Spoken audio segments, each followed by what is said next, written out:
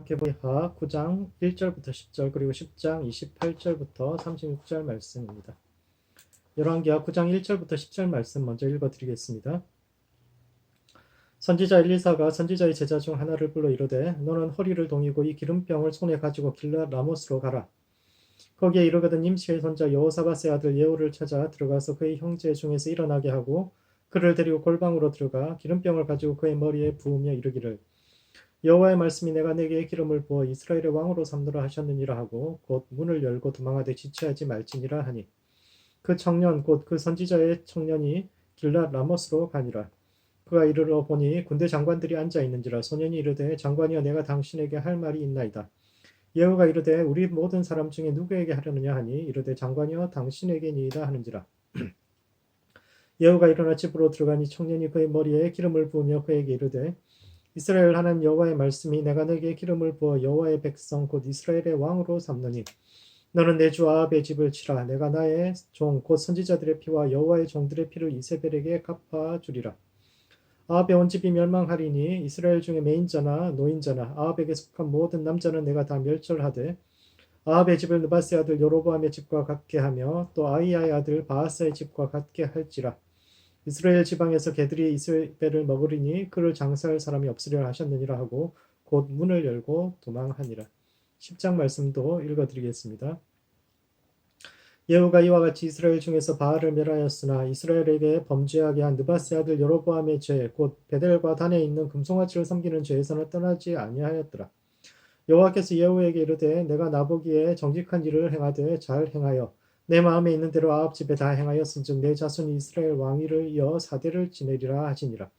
그러나 예후가 전심으로 이스라엘 하나님 여호와의 율법을 지켜 행하지 아니하며 여로보암이 이스라엘에게 범하게 한 그 죄에서 떠나지 아니하였더라. 이때 여호와께서 이스라엘에서 땅을 잘라내기 시작하시매 하사엘이 이스라엘의 모든 영토에서 공격하되 요단 동쪽 길랏 온 땅 곧 갓 사람과 루벤 사람과 므낫세 사람의 땅 아르논 골짜기에 있는 아로엘로부터 길랏과 바산까지 하였더라. 예후의 남은 사적과 행한 모든 일과 업적은 이스라엘 왕 역대지략에 기록되지 아니하였느냐. 예후가 그의 조상들과 함께 잠에 사마리아에 장사되고 그의 아들 요아하스가 그를 대신하여 왕이 되니라. 예후가 사마리아에서 이스라엘을 다스린 횟수는 28해니라. 아멘. 예후는 북왕국 이스라엘 역사상 가장 신앙적인 왕조를 세웠던 사람인데 그가 왕이 되는 과정과 그에 대한 성경의 평가가 오늘을 살아가는 우리의 삶과 신앙에 던지는 의미가 무엇인지에 대해 함께 생각해 보는 시간을 갖도록 하겠습니다. 첫 번째, 세상에 대한 반란을 꿈꾸어야 합니다. 어느 날 엘리사가 제자 중 한 사람을 예후에게 보내어 기름 붓게 했는데 이는 첫 번째 반정의 명분을 준 것입니다. 신정 국가인 이스라엘에서 왕이 이미 존재하는 상황에서 선지자가 또 다른 사람에게 기름을 붓는다는 것은 하나님의 보호가 왕이 아니라 이 사람에게 있다는 뜻이요. 이는 반정을 정당화해 주는 것인데 그 점에서 엘리야와 엘리사는 차이를 보입니다. 이스라엘에서 존경받는 선지자 1위가 엘리야이고 2위가 엘리사인데 엘리야는 왕이 잘못을 했을 때 그를 비판하기는 했지만 새로운 왕을 세우는 데까지는 나아가지 않았지만 엘리사는 왕이 왕답지 않았을 경우에는 적극적으로 그를 내쫓고 새로운 왕을 세워야 한다라고 주장한 사람입니다. 엘리야는 아합 왕의 시대를 살았는데 아합은 두로 공주 이세벨과 결혼하고 바알로 대표되는 이방 문화를 적극적으로 받아들인 사람입니다. 아합은 희년법이나 이스라엘의 전통적인 토지 제도를 무너뜨리고 누구든 원하는 만큼 땅을 사고 팔 수 있는 자유시장 경제를 도입했으며 이에 반발하는 나봇을 대표적으로 처형했던 사람입니다. 아합이 왕궁 근처에 있었던 나봇의 포도원이 마음에 들어서 사려고 했지만 나봇이 거절했고 이에 아합은 음모를 꾸며서 그와 그의 자식들을 죽입니다. 사람들이 다 모인 축제에서 왕에게 매수된 두 사람이 나서서 나봇이 하나님을 저주하는 소리를 우리가 들었다라고 주장했고 이에 나봇은 처형되고 그의 재산은 국고로 기속되었는데 문제는 이 모든 과정이 아주 합법적으로 이루어졌다라는 겁니다. 이스라엘의 법에서 신성모독은 사형이고 범죄의 기소에는 두 사람의 증인이 필요했는데 아합은 그 모든 절차를 아주 성실하게 지킵니다. 그 자리에 있던 모든 사람들이 나봇이 억울하다는 것을 알았지만 누구도 나서지 못했고 아마 나섰다 하더라도 결과가 달라지지는 않았을 겁니다. 아합의 시대는 하나님의 법이 백성을 보호해주지 못했던 시대요.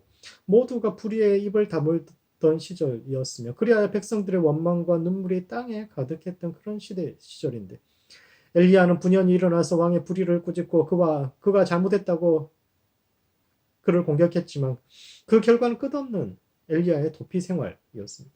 엘리야는 왕을 피해서 수년을 도망다녀야 했고 갈멜산에서 짧은 승리를 거두기는 했지만 이내 이세벨을 피해서 남유다를 지나서 광야까지 호렙산까지 도망가야 했습니다. 그리고 호렙산에서 하나님을 만났을 때 하나님께서 그에게 하셨던 말씀이 엘리야야 네가 왜 여기 있느냐라는 말씀이었는데 이는 엘리야가 있어야 할 곳이 호렙산이라 아니라 사마리아요 또 세상임을 말씀하신 거죠. 호렙산은 모세가 처음 하나님을 만난 곳이요 십계명 돌판을 받은 곳이며 이스라엘 민족의 신앙이 출발한 곳인데 하나님은 엘리야가 그곳에 머물지 않고 그가 도망쳐온 쓰레기 같은 현실로 돌아가서 그 현실을 바꾸라는 것이 하나님의 말씀이었고 이 말씀은 구체적으로 세 가지 명령, 즉 세 가지 소명으로 주어집니다. 첫 번째 엘리사를 그 호렙산에서 하나님께서 엘리야에게 명령하신 것이 세 가지인데 첫 번째가 엘리사를 다음 때 선지자로 세우라는 것이고 두 번째는 예후를 이스라엘의 새로운 왕으로 세우라는 것이었으며 세 번째는 다메섹에 가서 하사엘을 아람의 왕으로 세우라는 것인데 이것은 선지자의 사명이 교회 안에서 제자를 키우는 것에 즉 신앙개혁을 하는 것에 그치지 않고 예후로 대변되는 새로운 지도자와 국가 체제를 변혁시키는 것 그리고 나아가서 하사엘로 대변되는 열방의 변화에까지 이르러야 한다라는 뜻입니다. 우리의 믿음은 교회 안에서 제자를 키워서 우리끼리 행복한 공동체를 만드는 데 그치지 않고 적극적으로 현실에 참여해서 올바른 제도와 지도자를 세워 백성들의 눈물을 닦아주는 것뿐만 아니라 하나님을 알지 못하는 이방 나라에까지 영향을 미치므로 우리만의 특수한 종교적 가치에 근거한 것이 아니라 정의와 사랑 같은 보편적인 가치와 기준으로도 세상에 영향을 미치는 것인데 엘리야는 이 말씀에 순종하지 못합니다. 호렙산에서 돌아온 엘리야가 죽기 전까지 했던 일은 엘리사를 세우는 것 한 가지뿐이요. 나머지 두 가지는 엘리사의 제자들에 의해서 이루어졌는데 이것이 엘리야와 엘리사의 차이를 보여줍니다. 엘리야는 왕과 대립하고 그를 비판했지만 적극적으로 현실에 참여하지는 않고 영적 세계라는 종교 본연의 자리에 머무르고자 한 반면 엘리사는 적극적으로 현실에 참여하여 세상을 바꾸는 신앙인의 모습을 보여줍니다. 두 번째, 그런 점에서 신앙인으로서의 우리의 중심을 지키면서도 현실을 외면하지 말아야 합니다. 흔히 엘리사를 엘리야의 짝퉁이나 모방 정도로 평가절하하는 경향이 있습니다. 실제로 엘리사 이야기를 읽어보면 엘리야 이야기를 반복하면서도 엘리야의 능력에 미치지 못하는 모습을 자주 보여줍니다. 그러나 이는 엘리야를 너무나도 존경했던 엘리사의 겸손이 그 이야기들 속에 담겨 있기 때문이요. 사실 엘리사는 엘리야와는 또 다른 차원의 능력과 순종을 보여주는데 그는 누구보다도 실천적인 행동가요 신앙과 삶의 일치를 추구했던 사람입니다. 엘리야와 엘리사의 차이는 사실 공자와 맹자의 차이와도 비슷합니다. 흔히 맹자를 공자의 수제자라고 하지만 사실 맹자의 왕도 정치는 매우 과격한 혁명 정치를 담고 있기 때문에 한때 유학 내에서는 맹자를 이단이라고 비판했던 사람입니다. 그는 왕이 왕다워야 공자는 권위에 대해서 순종하는 것에 대해서 예를 지키는 것에 대해서 이야기했는데 맹자는 왕이 왕다워야 왕이지 왕이 왕답지 않다는 것은 하늘에 천명이 떠난 사람이요 그런 사람은 천하를 훔친 도적에 불과하기 때문에 그런 사람을 끌어내리는 것이 옳다라고 주장했는데 이것이 엘리사의 사상이기도 합니다. 흔히 종교는 정치와 거리를 두고 초월적인 세계, 즉 영적 세상에만 관심을 두어야 한다고 생각하는데 엘리야는 전통적인 사고를 받아들여서 그곳에 머무른 반면 엘리사는 하나님 호렙산에서 주어졌던 그 하나님의 말씀에 순종하여 적극적으로 현실 문제에 뛰어들어 새로운 질서를 세우기 위해 행동한 사람입니다. 그런 점에서 엘리야가 소명을 감당하지 못한 것이요 그가 소명을 감당하지 못했던 이유는 그의 생각이 시대적 한계 속에 머물러 있었기 때문입니다. 그는 아합의 폭정에서 고통당하는 백성의 눈물보다 과거의 기름 부으심과 전통을 더 중요하게 여겼으며 하나님께서 그 왕조에 기름 부으셨으니까 그들을 그냥 받아들여야 하는 이런 전통적인 생각이 머물러 있었기 때문이죠. 그는 하나님께서 새롭게 준비하시는 미래를 향해 자신의 마음과 삶을 온전히 열 준비가 되어 있지 않았습니다. 그런 점에서 우리는 현실 변혁과 반란으로서의 신앙의 본질을 깊이 생각해 보아야 합니다. 신앙이라는 것은 보이는 세상, 보이는 현실이 아닌 보이지 않는 초월적인 세계를 바라보는 것이요. 이는 기존의 사고와 질서에 대한 창조적인 파괴를 요구합니다. 하나님께서 우리를 이끌어 가실 미래를 향해 가기 위해서는 지금 우리가 속한 세계와 세상을 깨뜨릴 필요가 있는데, 그런 점에서 우리는 하나님께서 예비하신 그 미래를 향해 걸어갈 준비가 되어 있는지 돌아보아야 합니다. 하나님께서 지금 우리를 향해서 이끌어 가실 미래, 새로운 미래가 준비되어 있는데 우리는 과연 그곳에 그 새로운 날에 들어갈 준비가 되어 있는지 생각해 보아야 합니다. 그러므로 하나님께서 예비하신 새로운 미래를 향해 마음을 열어야 합니다. 기존의 생각과 사고의 한계를 깨뜨리고 하나님께서 우리의 삶을 향해 가지신 새로운 계획에 자신의 삶을 전적으로 내어드리는 모든 성도들 되시기 바랍니다. 두 번째, 파토스, 즉 하나님의 심장을 가진 성도가 되어야 합니다. 예후는 오래전부터 하나님께서 주목하신 사람입니다. 그의 기름 부으심은 엘리사의 제자에 의해 이루어졌지만 엘리야의 시절에 이미 하나님은 그에게 기름 부으라고 말씀하셨고, 왕이 된 예후는 두 가지 중요한 업적을 남겼는데, 한 가지는 아합 가문을 심판한 것입니다. 아합은 성경 기자가 북왕국 멸망의 원흉으로 지목할 만큼 그 수많은 왕들 중에서도 나라 말아먹은 사람은 북왕국에서는 아합이다라고 지목할 만큼 백성들의 원망을 많이 들었던 사람인데, 예후는 나봇이 억울하게 모함받고 죽었던 그 광장에서 아합의 가문을 심판함으로써 하나님의 정의가 살아있음을 천명했고, 이와 더불어 바알 신앙을 이스라엘에서 온전히 추방한 사람이기도 합니다. 아합 왕가에서 바알은 이미 이스라엘의 주류 신앙이 되어서 사회 각층에 깊이 뿌리내려 있었는데, 취임 초기 예후는 자신은 이전 왕들보다 바알을 더 열심히 믿을 것이라고 천명하면서 바알을 위해 큰 축제를 열었고, 그 축제에 참가한 모든 이들을 죽이고 바알 신전터를 공중 화장실로 만들어서 바알 신앙을 끝장내 버렸습니다. 그런 정치적으로나 신앙적인 측면에서 대단히 뛰어난 업적을 이룬 사람이며, 그런 점에서 역대 왕들 중에서 객관적으로 그와 비교될 만한 사람은 다윗과 솔로몬 정도일 겁니다. 그렇다면 우리는 왜 예후라는 사람을 기억하지 못할까요? 어느 정도 성경을 읽어본 사람들이라면 다윗과 솔로몬, 좀 더 깊이 들어가면 히스기야나 요시야 정도를 기억하는 사람은 있어도 예후를 기억하는 사람은 많지 않습니다. 성경에서도 예후에 대한 평가는 높지 않은데, 이는 그에게 기름 부은 사람의 이름이 기록되지 않았다는 것에서도 드러납니다. 예후는 반정에 성공했고, 신정 국가인 이스라엘에서 반정의 명분을 제공한 것이 선지자의 기름 부으심이라면, 목숨 걸고 예후에게 직접 기름 부은 당사자는 성공한 혁명의 주역으로서 이름을 남겼을 법한데, 성경 어디에도 이 사람의 이름이 기록되지 않았다는 것은 예후의 혁명에 대한 평가가 사후에 높지 않았다라는 것을 이야기하고 있습니다. 젊은 시절 예후는 하나님이나 엘리야도 그 이름을 알 만큼 큰 기대를 받았지만, 그리고 누구보다도 신앙적인 왕조를 세웠지만, 실제로 그가 왕이 되어 남긴 것에 대해서 성경 기자는 높은 평가를 하고 있지 않은데, 그는 어쩌다가 이렇게 냉정한 평가를 받게 되었을까요? 열왕기하 10장에 나타난 그에 대한 평가를 살펴보면, 첫 번째, 하나님의 파토스를 가진 사람이 되어야 합니다. 예후에 관한 첫 번째 평가는 바알은 멸하였지만 여로보암의 죄에서는 떠나지 않았다는 것인데, 이는 형식적으로는 하나님을 따랐지만 마음 깊은 곳에서는 자기 욕심에 머물러 있었다라는 뜻입니다. 여로보암이 베델과 단에 세운 성소는 이방신을 섬기는 제단이 아니라 여호와 하나님을 섬기는 제단이지만, 그 본질은 다윗 왕과 예루살렘 성전이라는 남왕국과 경쟁하고자 한 북왕국의 이심과 욕망을 신앙이라는 이름의 껍질 속에 바꾼 것인데, 예후도 이 범주에서 벗어나지 못했다라는 뜻입니다. 신앙의 본질은 신앙의 대상이 되는 존재를 이해하고 그를 닮는 것인데, 그런 점에서 예후의 업적이 하나님의 성품을 하나님이 정말 그런 분인가, 이것을 깊이 생각해 보아야 합니다. 예후 너무너무 신앙적인 왕이죠. 여호와 하나님만을 섬기는 신앙을 강요하고, 그리고 이스라엘에서 그 유명한 바알을 몰아냈다는 게 얼마나 대단한 업적입니까? 그러나 과연 이것이 올바른 것이었는가 생각해 볼 필요가 있습니다. 예후가 이스라엘에서 바알 신앙을 몰아내었던 수단은 거짓과 폭력이었습니다.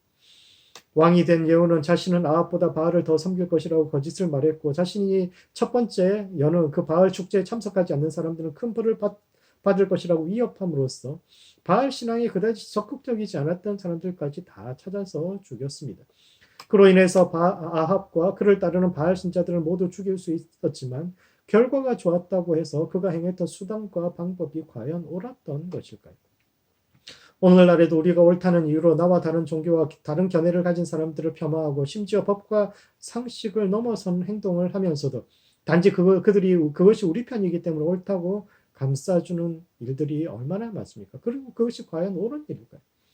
그런 점에서 선지자들은 옳은 일을 하는 것, 하나님의 말씀을 지키는 것 너머에 하나님의 마음과 감정에 공감하는 파토스를 가지는 것이 훨씬 중요하다고 주장합니다.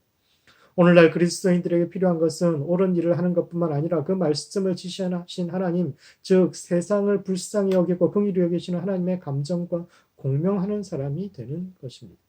하나님은 감정 없이 옳은 것만을 말씀하시는 분이 아닙니다. 그분은 억울한 일을 보시면 분노하시고 좋은 일을 보면 소리 지르고 환호하시는 분이요. 그런 점에서 믿음이란 그분의 감정에 동참하는 겁니다. 하나님의 마음에 공감하지 못하면서 시키는 대로 하는 것은 제대로 된 순종이 아닙니다.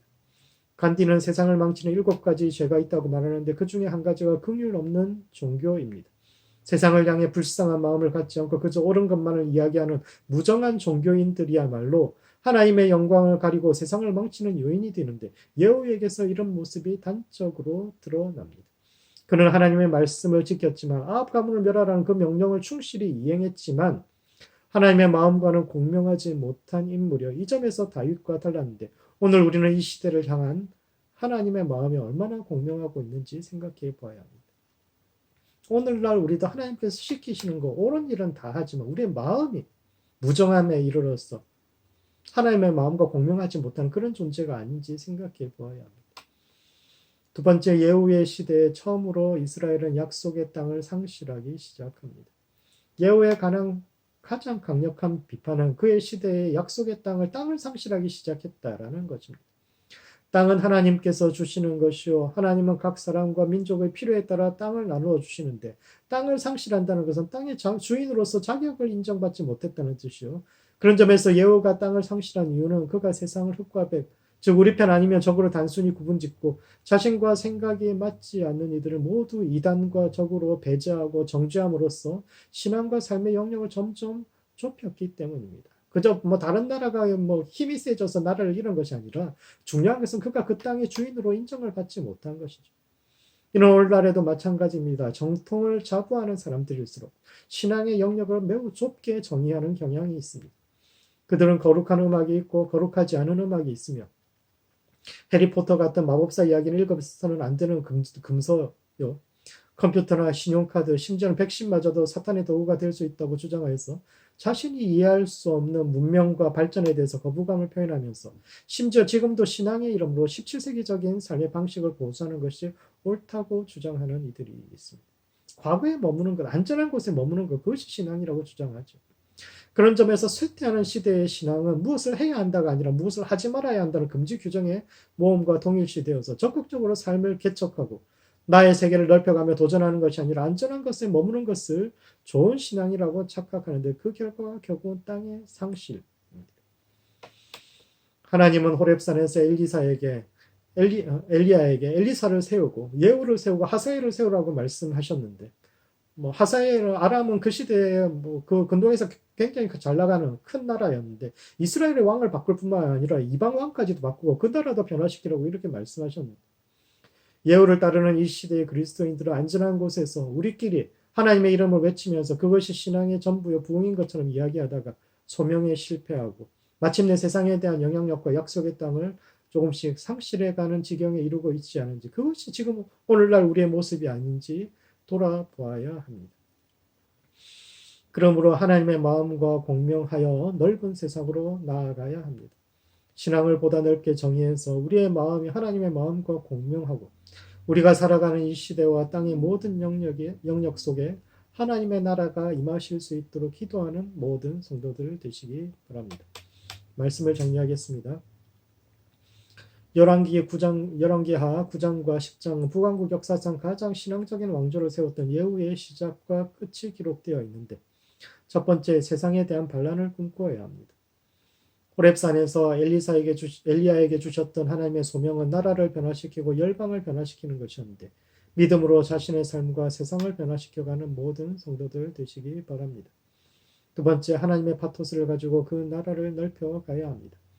믿음은 하나님의 말씀을 행하는 데 그치지 않고 그 말씀을 주신 하나님의 마음과 공명하는 것이요. 하나님의 나라는 교회 안에서의 행사에 그치는 것이 아니라 하나님을 알지 못하는 이방인들에게까지 영향을 미치는 것인데 세상을 변화시키는 하나님의 대사되는 모든 성도들 되시기 바랍니다. 기도하시겠습니다.